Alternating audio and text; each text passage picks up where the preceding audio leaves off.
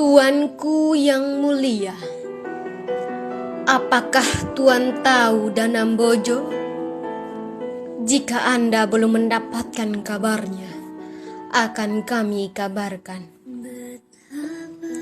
Tuan, Bima dulunya adalah negara besar yang wilayahnya terhampar luas hingga ke bumi Alor. Istana Asipota namanya. Tuan, apakah Anda pernah ke Buto? Siam, Danambojo pun ada di sana.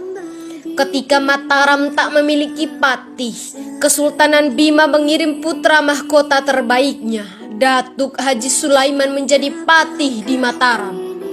Tak pun sampai di situ, cucu beliau pun ikut berjuang mengusir kompeni. Tuan-tuan menyebut Diponegoro.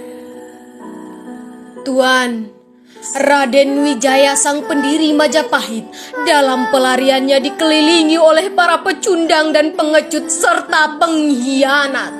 Kerajaan Bima pun mengirim bala bantuan, pasukan lengkap dengan pasukan jarak.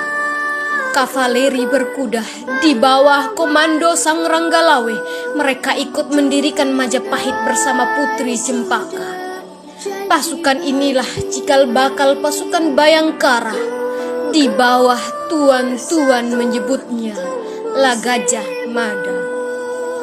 Tuan, di zaman perjuangan kemerdekaan, Bapak Proklamator selesai berpidato tidak jadi menuruni tangga.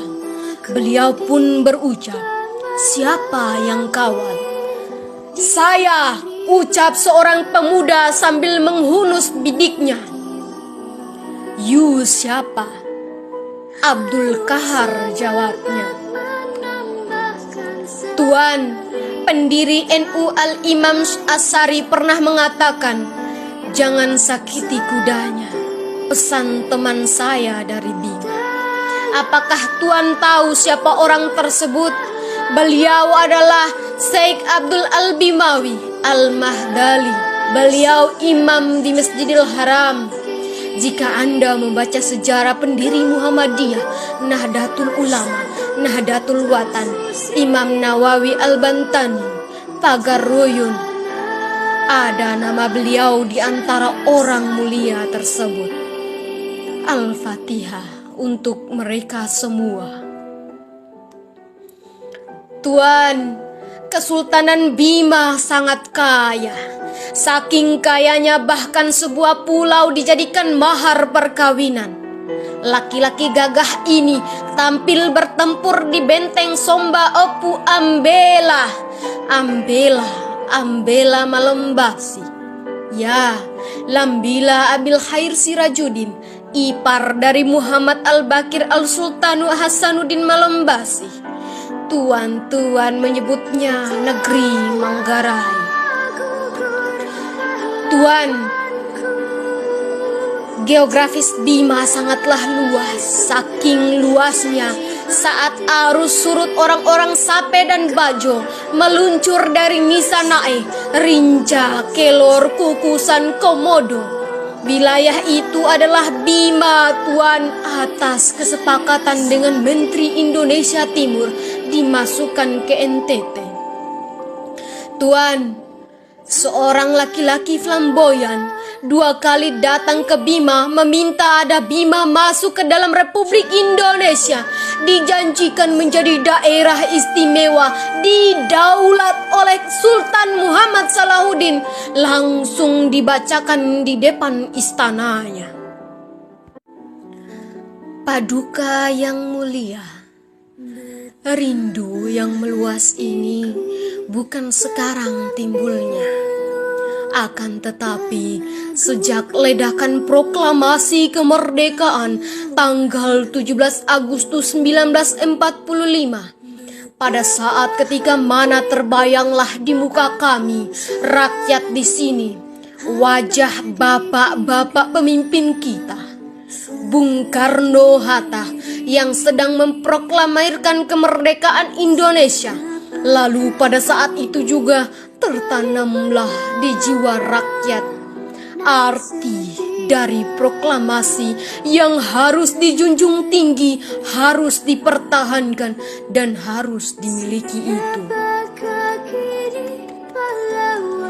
Sehingga pada tanggal 22 November 1945, kami, Kesultanan Bima ini mengeluarkan pernyataan bahwa daerah Kesultanan Bima menjadi daerah istimewa yang langsung berdiri di belakang Republik Indonesia. Di belakang, Tuan, bukan di depan.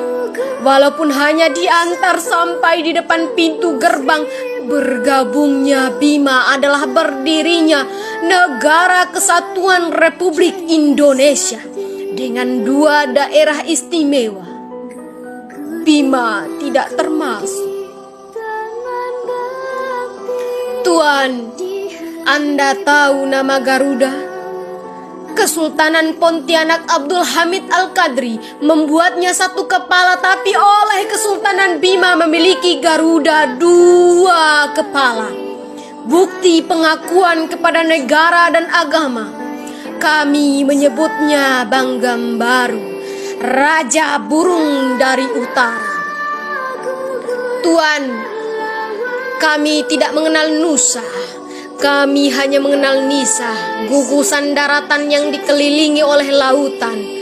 Nenek moyang kami saat berlayar mengetahui daratan berdasarkan bintang. Kami menyebutnya Nantara. Kami membidiknya menggunakan biduk kapal dengan tara. Daratan itu disebut Nusantara, negeri yang dinaungi oleh bintang. Kami tak perlu lagi membuka Atlantis. Tuan, mempelajari suatu negeri, belajarlah sejarah dan peradaban. Danambojo, Danambari, Danambojo, Dananambari, Danambojo, Danamambari.